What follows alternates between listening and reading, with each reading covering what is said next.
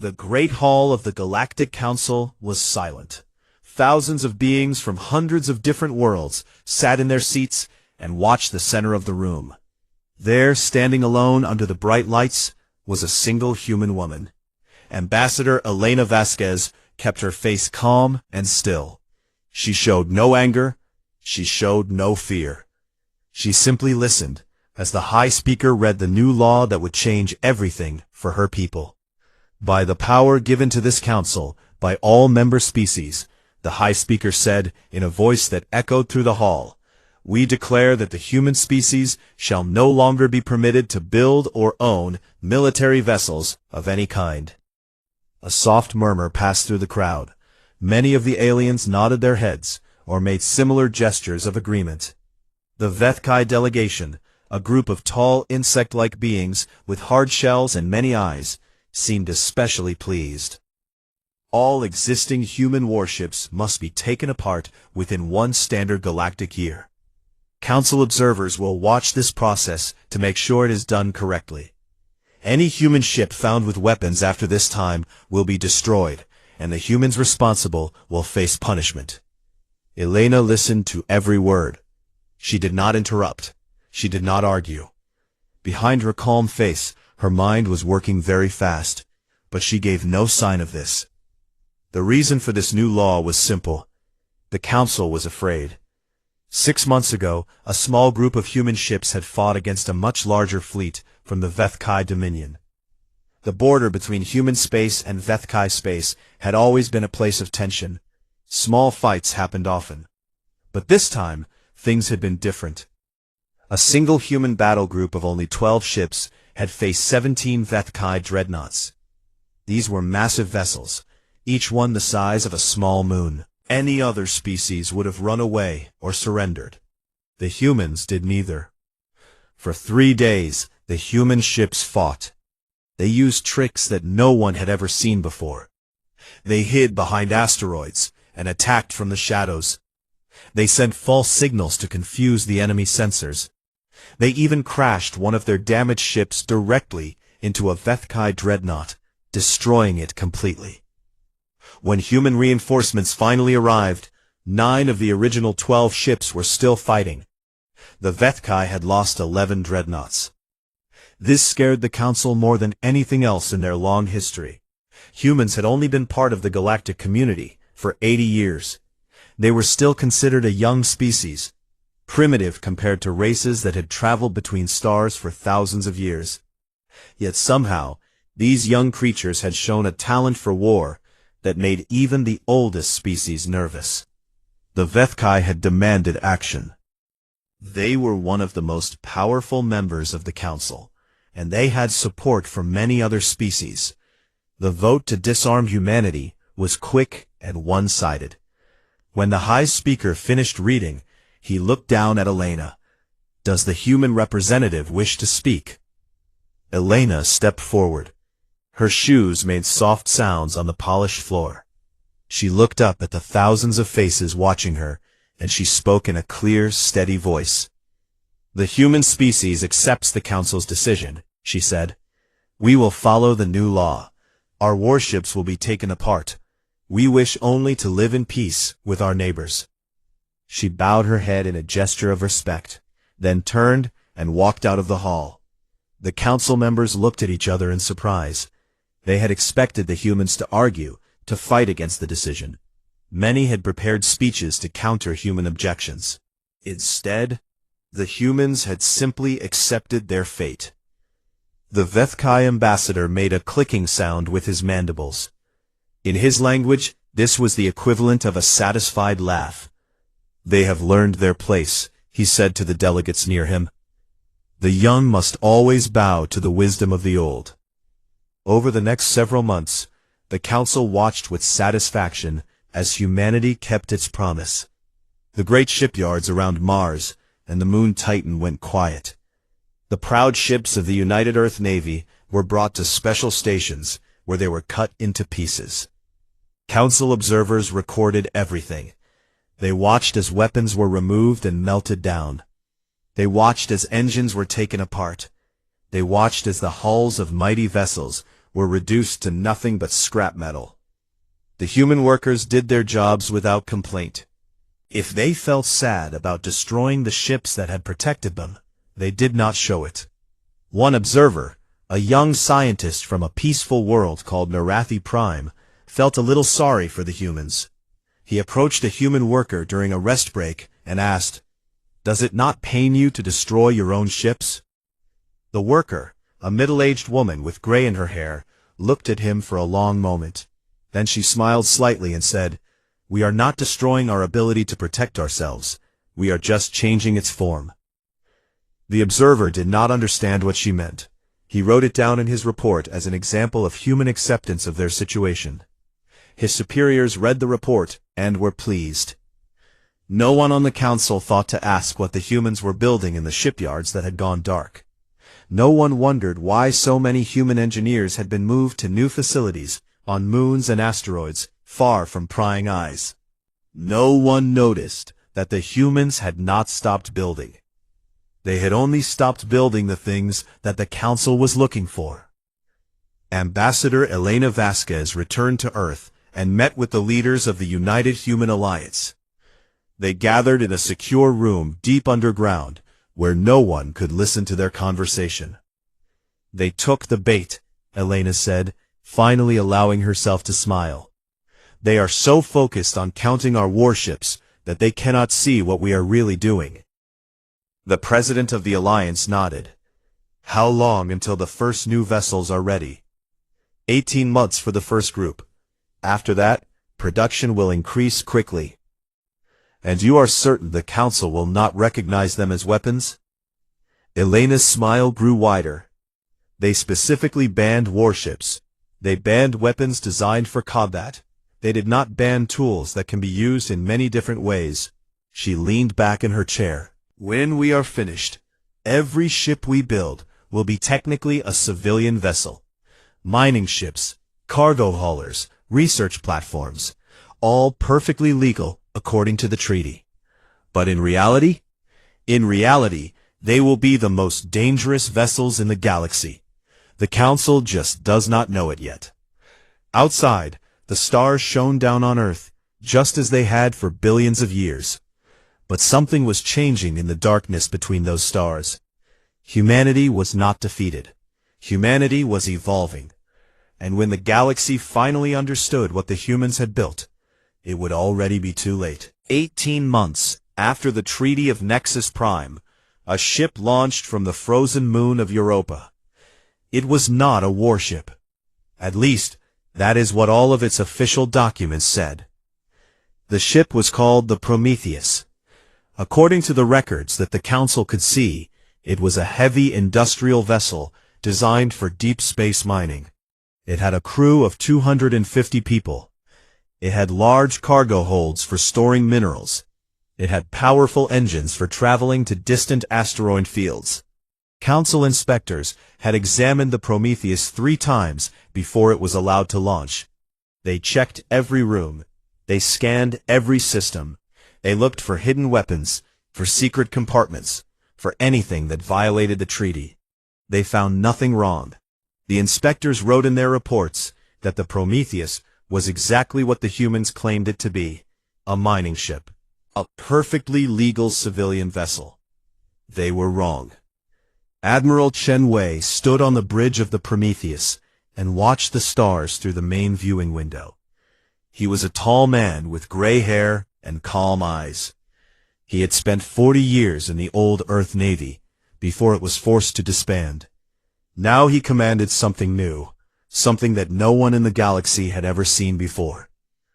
"Admiral," said Commander Sarah Park, his second-in-command, "all systems are showing green. The ship is ready for full operation." Chen Wei nodded slowly. "Activate the demonstration protocol. Show me what we can do." Commander Park gave the order. Throughout the ship, things began to change. The cargo holds were not really cargo holds. They were fabrication bays filled with raw materials and sophisticated machines. These machines could build almost anything, given the right instructions and enough time. In the first bay, machines began to produce weapons. rail guns that could fire metal projectiles at incredible speeds, missile launchers that could hold dozens of warheads, energy cannons that could cut through the strongest armor. In the second bay, other machines built ammunition, thousands of rounds for the railguns, missiles with different types of warheads for different targets, power cells for the energy weapons. In the third bay, construction robots assembled fighter craft, small, fast ships that could launch from the Prometheus and attack enemies from multiple directions at once. Outside the ship, the hull itself was changing. Special panels moved and shifted, revealing hidden ports where the new weapons could be mounted. The shape of the ship was different now. It looked less like a fat mining vessel and more like a predator preparing to hunt. All of this happened in less than 15 minutes. Admiral Chen Wei watched the display screens that showed him everything that was happening. His face showed no expression, but inside, he felt a deep satisfaction. This was what humanity had been building in secret. Not warships that could be seen and counted and banned. Something much more clever. Time from civilian configuration to full combat readiness, he said. 14 minutes and 32 seconds. We can do better, but this is a good start. Commander Park was smiling. The Council banned our warships, sir. They never thought to ban our factories. They think in straight lines, Chen Wei replied. They look at a weapon and see only a weapon. They look at a tool and see only a tool. They cannot imagine something that is both at the same time. He walked to the center of the bridge and looked at his crew. These were the best officers humanity had. They had been chosen carefully for this mission. Each one understood what was at stake. We are calling these ships adaptive response vessels, Chen Wei said. The official name is boring on purpose. But among ourselves, we will call them by another name, shapeshifters. The name was perfect. Like the mythical creatures from old Earth stories, these ships could change their form to match any situation. A cargo ship when inspectors came to look. A deadly warship when enemies attacked. Whatever was needed, whenever it was needed. In the following weeks, the Prometheus was joined by more ships. The Anansi, named after a clever spider god from African stories. The Coyote, named after a trickster from Native American legends. The Loki, the Tanuki, the Maui.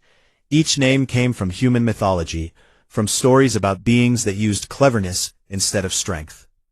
The Council continued to watch humanity.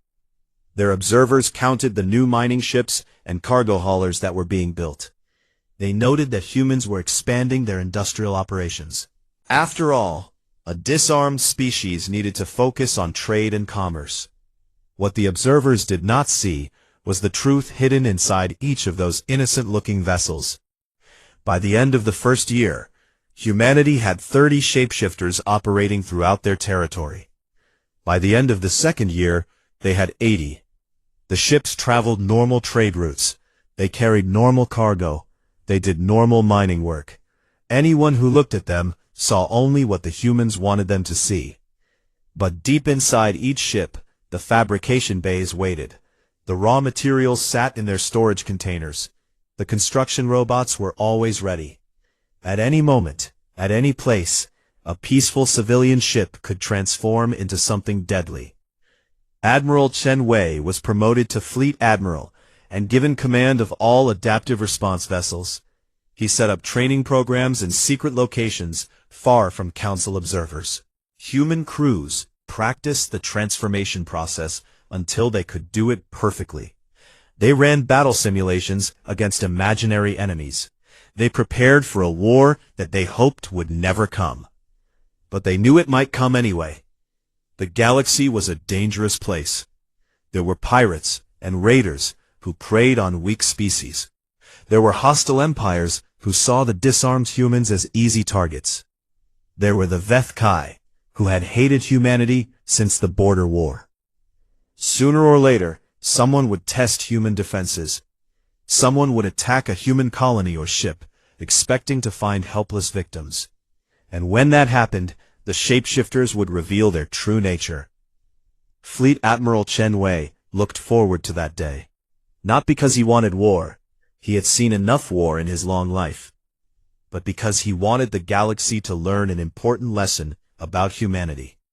You could take away their warships, you could ban their weapons, you could force them to bow their heads and accept your rules. But you could never take away their ability to adapt. You could never stop them from finding a new way forward. You could never truly make them helpless. The humans had a saying from their ancient history. It was spoken by a wise man when his enemies thought they had won. The saying was simple but powerful. You may cut down the forest, but the roots remain in the ground, and from those roots, something new will grow. The Council had cut down humanity's forest of warships. They thought they had won. They did not understand that the roots were already growing into something much more dangerous than what had been lost. The shapeshifters were waiting, and they would not wait forever. The planet Kepler 442b was a peaceful world. It was one of the newer human colonies, home to about 200,000 people. The colonists were farmers and scientists, builders and teachers. They had come to this distant world to start new lives, far from the crowded cities of Earth. The colony had no military forces. Under the Treaty of Nexus Prime, humans were not allowed to have military forces. There were a few orbital defense platforms around the planet, but these were small and weak. Just enough to stop small meteors from hitting the surface, not enough to stop a real attack. The Kreth Syndicate knew this. They had been watching the human colony for months, counting the ships that came and went, studying the defenses. The Kreth were pirates and slavers. They attacked weak targets and took what they wanted: people, resources, technology, anything that could be sold. Their scouts had reported that the humans on Kepler 442b had no protection, just some civilian ships in orbit. Fat, slow cargo haulers that would run away at the first sign of trouble. Captain Vorsk of the Syndicate fleet made his decision. 50 ships would be more than enough to take the colony. They would strike fast, grab what they could, and leave before anyone could respond. Easy prey. It was the worst mistake of his life. The attack came at dawn, local time. 50 Syndicate ships dropped out of hyperspace and immediately began moving toward the planet. Their weapons were already charging. Their landing craft were ready to launch. In orbit, 3 human ships detected the incoming fleet.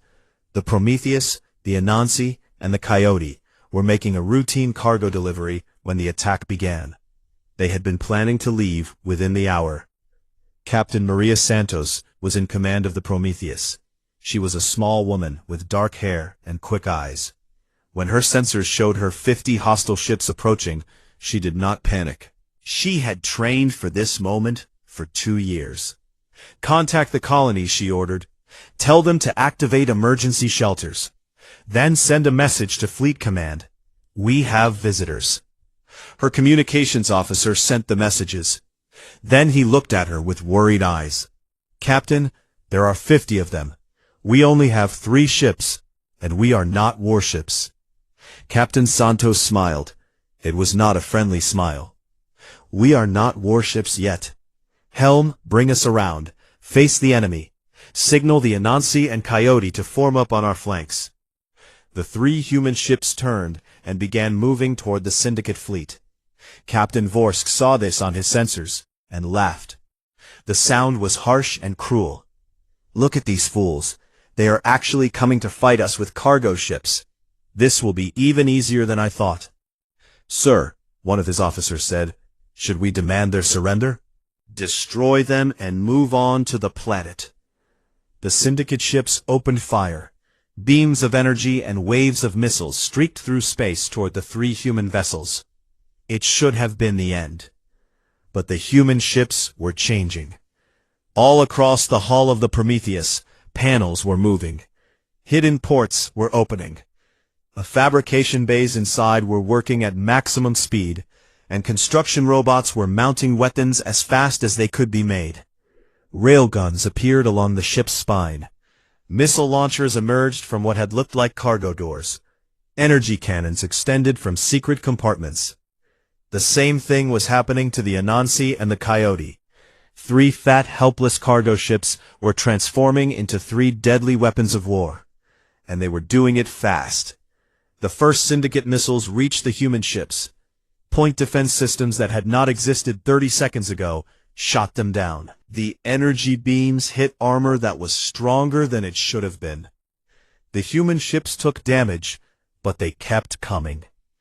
Then they fired back.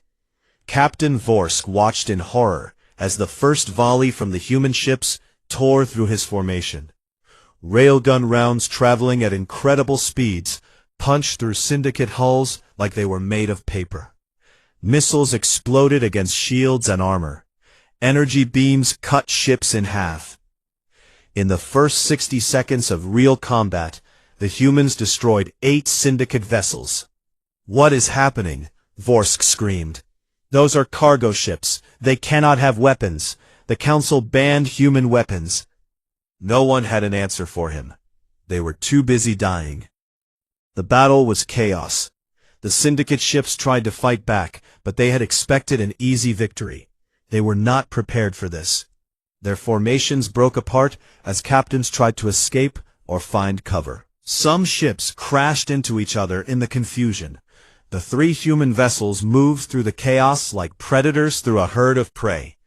They worked together perfectly, covering each other, focusing their fire on the most dangerous targets. They fought with cold efficiency, never wasting ammunition, never making unnecessary moves. Captain Santos stood on her bridge and watched the display screens. Her ship shook as enemy fire hit the hull, but she remained calm. "Target the command ship. Let us end this quickly." The Prometheus turned toward Captain Vorsk's vessel. For a moment, the 2 ships faced each other across the void. Then the human ship fired everything it had. Vorsk had time for one final thought before his bridge exploded around him. He thought about how unfair this was. The humans were supposed to be helpless. They were supposed to be easy prey. They were not supposed to be able to do this. Then he was gone. The battle lasted 8 minutes total. When it was over, 43 Syndicate ships were destroyed. 7 had managed to escape into hyperspace, their crews screaming warnings that no one would believe. The 3 human ships were damaged, but still functioning. On the surface of Kepler 442b, the colonists came out of their shelters and looked up at the sky. They could see the distant flashes of the explosions fading away. They did not fully understand what had happened, but they knew they were safe. Captain Santos surveyed the damage to her ship. It would need repairs, but nothing critical was destroyed. The fabrication bays were already producing replacement parts. "Send a message to Fleet Command," she said. "Battle concluded. Colony secured. Enemy destroyed. The shapeshifters have proven their worth." Far away on Earth, Fleet Admiral Chen Wei received the message.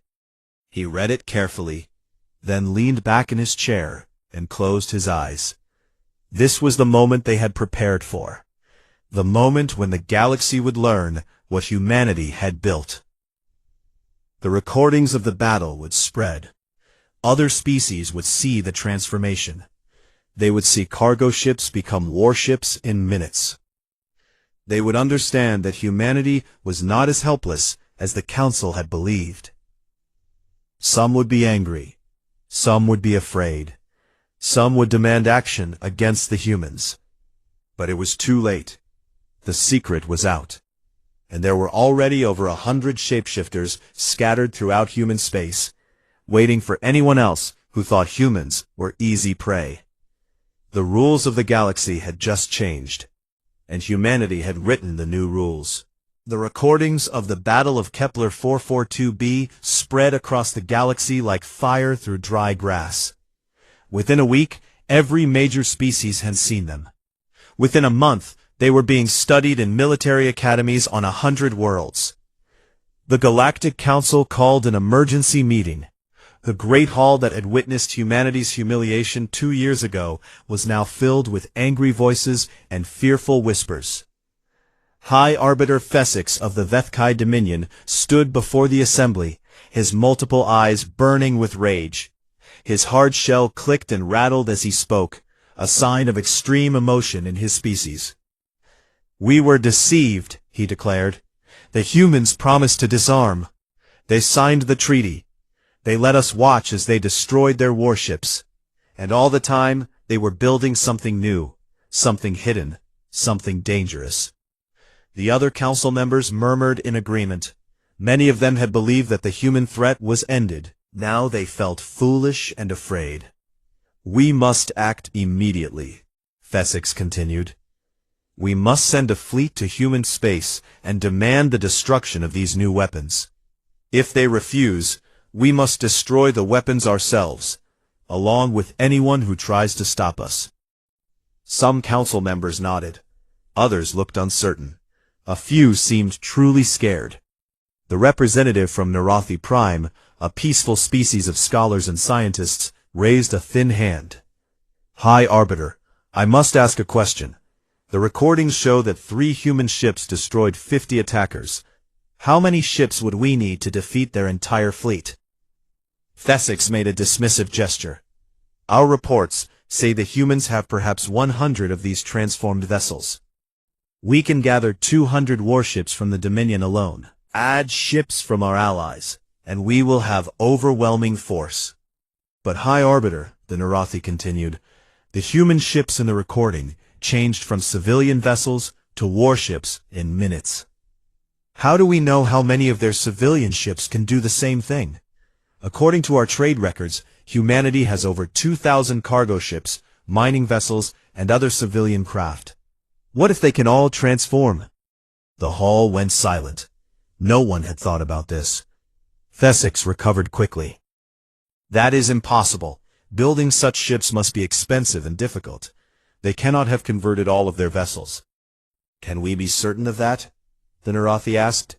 "Are we willing to bet our fleets on that assumption?" The debate continued for days. In the end, the council decided to send a fleet anyway. Not to attack, they claimed, but to demonstrate strength. To show humanity that the council would not be ignored. 200 warships gathered at the edge of human space. They came from 6 different species, all united against the human threat. Vethkai dreadnoughts formed the core of the fleet, but there were also fast cruisers from the Turani Empire, heavy battleships from the Meketh Collective, and dozens of smaller vessels from other member species. High Arbiter Fesix commanded the fleet personally. This would be his moment of triumph. He would force the humans to surrender their new weapons. He would restore the Council's authority. He would be remembered as a hero. The fleet jumped to hyperspace and emerged at the edge of the Sol System, humanity's home territory. What they found there stopped them cold. Earth hung in space, blue and white and beautiful. But it was not alone. Orbiting the human homeworld were 300 vessels of various sizes. Cargo ships, mining vessels, passenger liners, research stations, all of them broadcasting civilian transponder codes, all of them potential warships. A human transmission came through on all channels. The voice was calm and professional. "This is Fleet Admiral Chen Wei of the United Earth Adaptive Navy. You have entered sovereign human space with an armed fleet. We request that you state your intentions and submit to standard customs inspection." Fesix felt his rage building again. The human was mocking him, treating an armada of 200 warships like ordinary visitors. He opened a channel to respond. "Human Commander, you know why we are here. Your ships are weapons of war. You have violated the Treaty of Nexus Prime. You will surrender your vessels for dismantling, or you will be dismantled with them." There was a pause before the human replied. When he spoke, Fesix could hear something in his voice. It took a moment to recognize it as amusement. "High Arbiter, I believe you are confused. The Treaty of Nexus Prime banned human warships. We do not have any warships. Check your records. Every vessel you see is registered as a civilian ship. mining platforms, cargo haulers, passenger transports, all perfectly legal. "They are weapons," Fesix shouted. "We have seen the recordings. Your ships transform into warships." "Our ships have robust self-defense capabilities," Chen Wei replied. "This is not the same thing as being warships. The treaty bans weapons designed for war. Our ships are designed for civilian purposes. They simply have the ability to defend themselves when attacked. There is nothing in the treaty that forbids this. Word games, legal tricks, you cannot escape responsibility through clever language. Perhaps. But here is the reality, High Arbiter." Chen Wei's voice became harder, losing its amusement. "I have 300 civilian vessels. Based on our performance at Kepler 442b, each of my ships can destroy at least 4 of yours. The mathematics are not in your favor."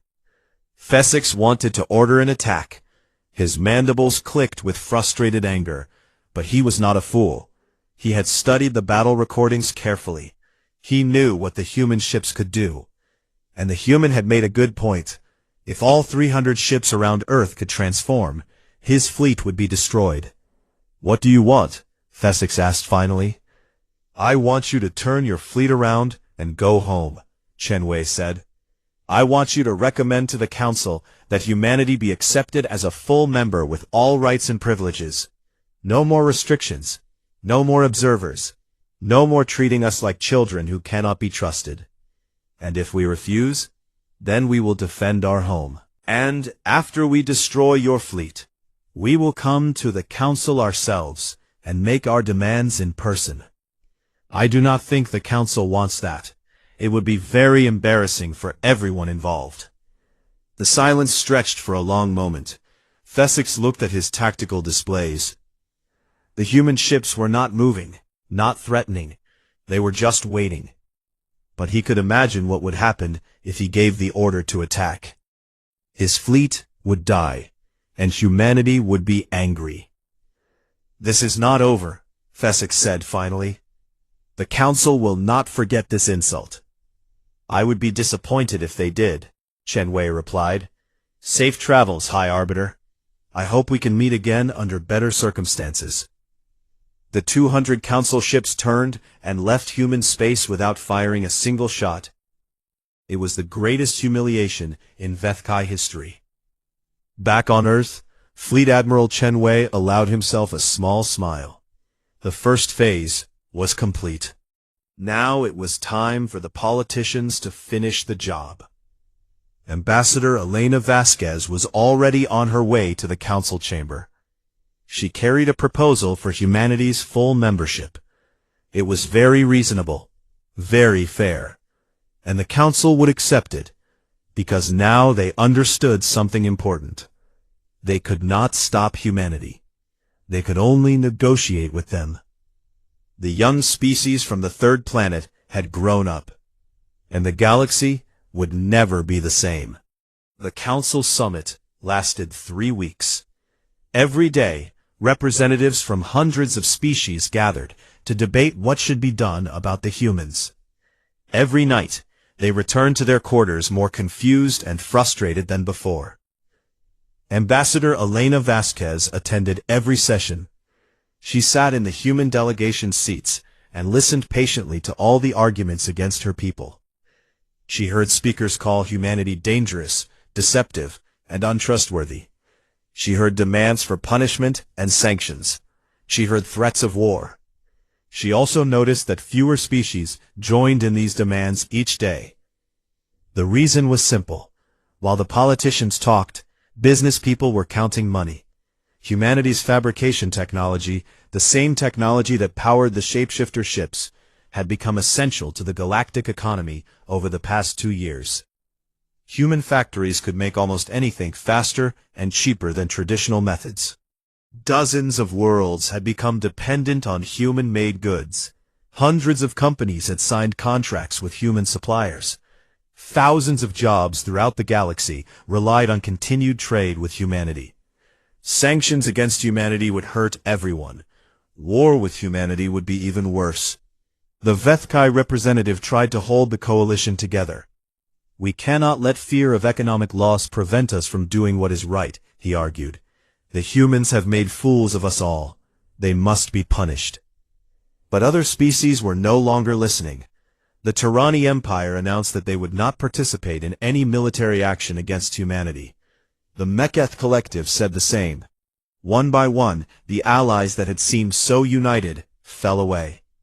On the 15th day of the summit, Ambassador Vasquez requested permission to address the full council. It was the first time she had spoken since the meetings began. She walked to the center of the great hall and looked up at the thousands of faces watching her. There was no fear in her eyes, no anger, only calm confidence. Distinguished members of the council, she began, I have listened to your debates with great interest. I have heard many opinions about what humanity has done wrong. Now I would like to offer a different perspective. 2 years ago, you ordered my people to destroy our warships. You said this was necessary for galactic peace. We accepted your decision. We followed your rules. We did everything you asked of us. But you did not ask us to become helpless. You did not ask us to leave ourselves open to attack. And as you have seen, we did not do those things. She paused, letting her words sink in. The ships you are so afraid of are not warships. They are not designed for conquest or aggression. They are designed for one purpose only, to protect human lives. When pirates attacked our colony, our ships defended it. When your fleet came to threaten our homeworld, our ships stood ready to defend it. In both cases, humanity did not start the conflict. We only finished it. The Vethkai representative stood up. You planned this from the beginning. You knew we would try to disarm you, and you prepared a way around our restrictions. That is deception. Elena turned to face him directly. High Arbiter, may I ask you a question? If your species had been forced to disarm, would you have accepted weakness and hoped your enemies would be kind, or would you have found a way to protect yourselves within the rules that were given to you? Thesix did not answer. He could not. Every species in the council knew that they would have done exactly what humanity had done. Elena continued. You studied our technology and feared our weapons. You analyzed our tactics and feared our aggression. But you never bothered to study our history. She spread her hands, including everyone in the great hall in her gesture. We spent 10,000 years trying to conquer each other. Generation after generation, war after war. Every time one group thought it had won, another found a way around their defenses. Every time someone built a wall, someone else built a ladder. Every time someone banned a weapon, someone invented a new one. Her voice grew stronger. You told us we could not build warships, so we built ships that are not warships until they need to be. You thought you were protecting yourselves from us. All you really did was force us to become more creative. She smiled, and there was something sharp in that smile, something dangerous. This is what humanity does. This is who we are. We adapt, we overcome, we find a way. You cannot stop this. No one has ever been able to stop this. The best you can do is work with us instead of against us. The council voted the next day. It was not unanimous, but it was decisive. Humanity was granted full membership with all rights and privileges. The restrictions of the Treaty of Nexus Prime were lifted. Human ships would no longer be monitored or inspected by council observers. High Arbiter Thesix voted against the decision. He left the council chamber in anger and refused to speak to any human representative. His hatred of humanity would remain until his death many years later. But most species accepted the new reality. Some even welcomed it. The Narathi Prime delegate approached Ambassador Vasquez after the vote and offered congratulations. You played a long game, he said, and you played it well. Elena shook his hand, a human gesture of friendship. We had no choice. Your council gave us only 2 options, submit or resist. We chose to resist in a way that you could not prevent. What happens now? Now we move forward together. Humanity does not want to conquer the galaxy. We never did. We only wanted to be treated as equals. We wanted to protect ourselves. We wanted to have a voice. She looked around the great hall, at the thousands of beings from hundreds of worlds. The galaxy is big enough for all of us. There is room for cooperation. There is room for trade. There is room for friendship. But there is no room for one species to rule over another. This is the lesson we hoped the Council would learn. In the years that followed, humanity became one of the most important members of the galactic community. Human technology spread to every corner of known space. Human ships traveled freely, their civilian appearance hiding the potential for deadly force. Human ambassadors helped negotiate peace between species that had been enemies for thousands of years. The shapeshifters remained. They multiplied. They improved. Every few years, a new generation of adaptive response vessels was launched from human shipyards, each more capable than the last. No one ever attacked human space again. The pirates and raiders learned to avoid human shipping lanes. The hostile empires learned to negotiate instead of threaten.